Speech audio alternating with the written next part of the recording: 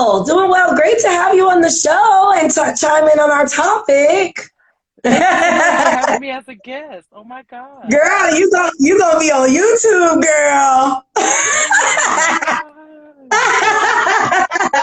So What? yeah, so our topic is who's the real catch, the man or the woman, and do men really need women, or are we the asset to their needs? And Mm, are women environmentally dependent on man for provision and survival?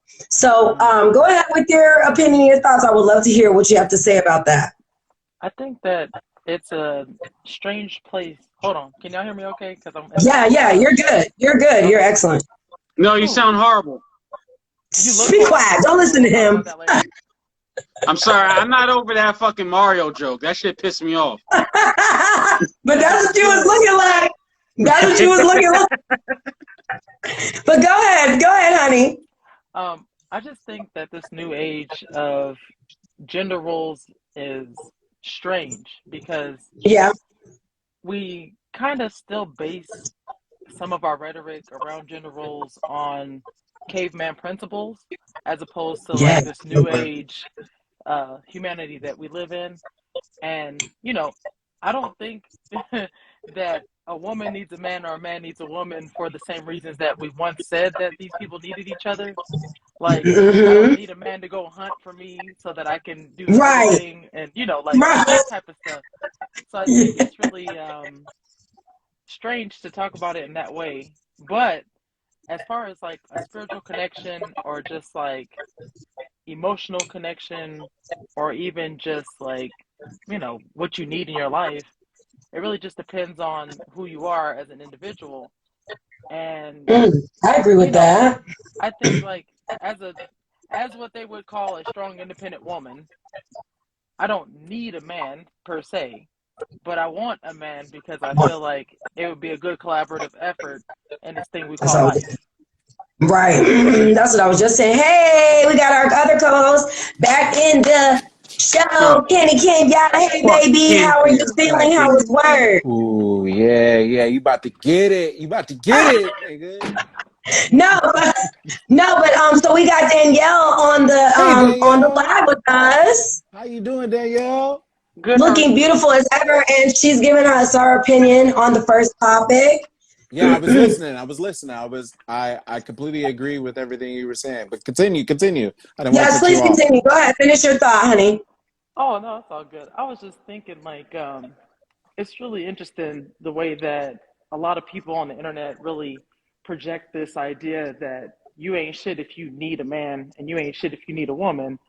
But I commend those Mm-hmm. people who know that about themselves because if you know that it's a Mm-hmm. part of your genetic makeup or if that's a part of your personality or the things that you want, shout out to you for knowing because there's a lot of people who kind of fake the funk in Yep. in Fine. that, and they act like, oh, well, I don't need nobody and whatever, but really they Right. do because of Right. whatever it is that they've gone through with their own traumas or the way that they need someone to show up in their life so that they can continue their growth. And there was a point in time in my life where I did need a partner so that I can learn more about myself in a romantic relationship. But now that I know that thing Mm, about myself, I know that I don't need a man for that part of myself. I want a man that in my life so that validation.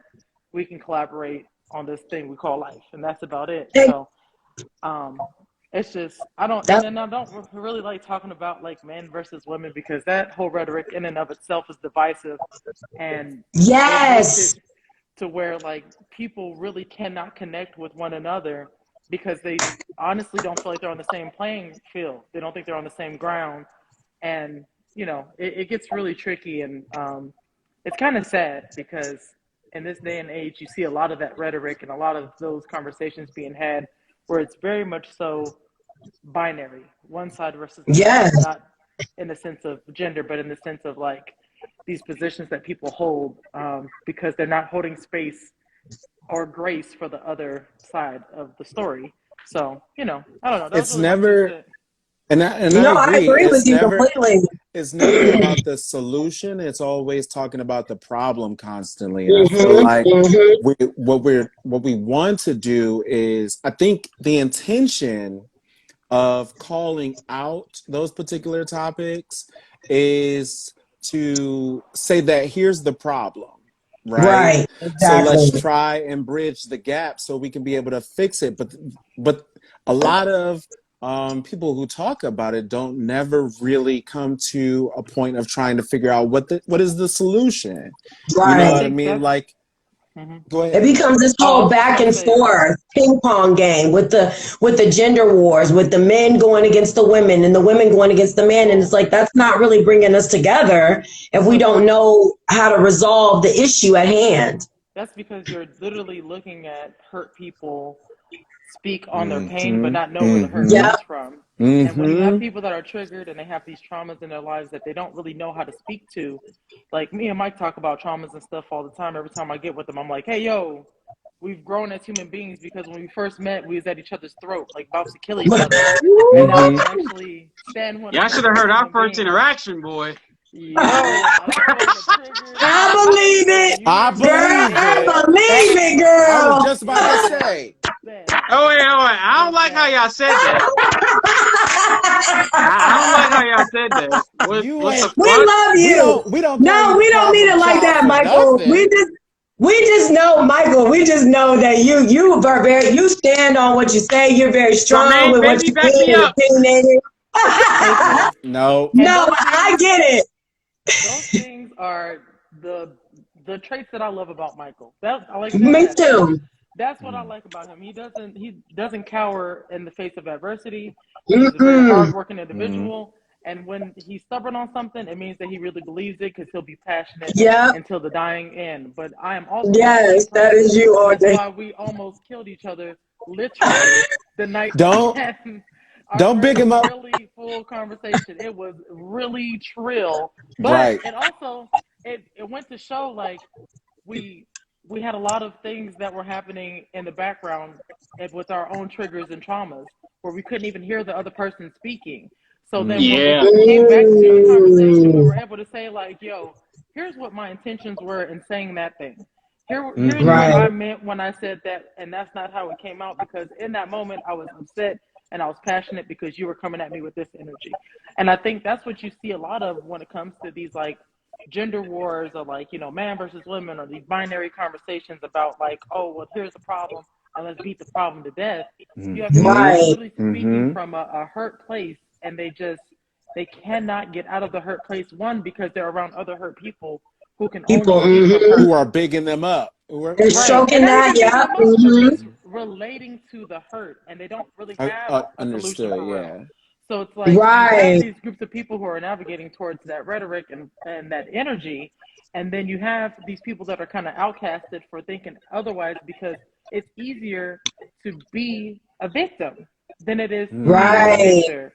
And, Yes, it it's is. really sad that these people spiral in these circles, but it's understandable that you only see those conversations happening because when you're hurt, you're going to sit there and talk about your woe is me situation and people will keep coming Misery because love company. everybody hurt. Everybody hurt. Right. Yes. Even the Yeah. closest Misery people are love hurt. company. Yeah, that's true. And Yes. everybody goes through that. You have that's an amazing perspective, an amazing, well put together Well because said. yes, especially if all you're seeing is the same thing, the same, back and forth conversation between men and then the same back and forth conversation between women. And like she said, those people are stemming from experiences that they've had and maybe haven't had a positive outcome out of that experience. So now you have everybody that's sharing the same experience instead of somebody that one, even if it's that one person that comes in and says, well, hey, I had the same experience, but I learned something positive out of that experience, or I know another route to go around, just Right, not keep reiterating that same negative energy. You know what I'm right, saying? Because every right. time I see it on Facebook, I'm like, okay, everybody keeps saying the same thing, but nobody is saying how we can come together. And Yeah, or it's always negative connotations behind it. Like, oh, well, you'll see the title of the topic and then it'll be, oh, well, men don't need women. We don't need y'all. We don't. And then you got the other bandwagon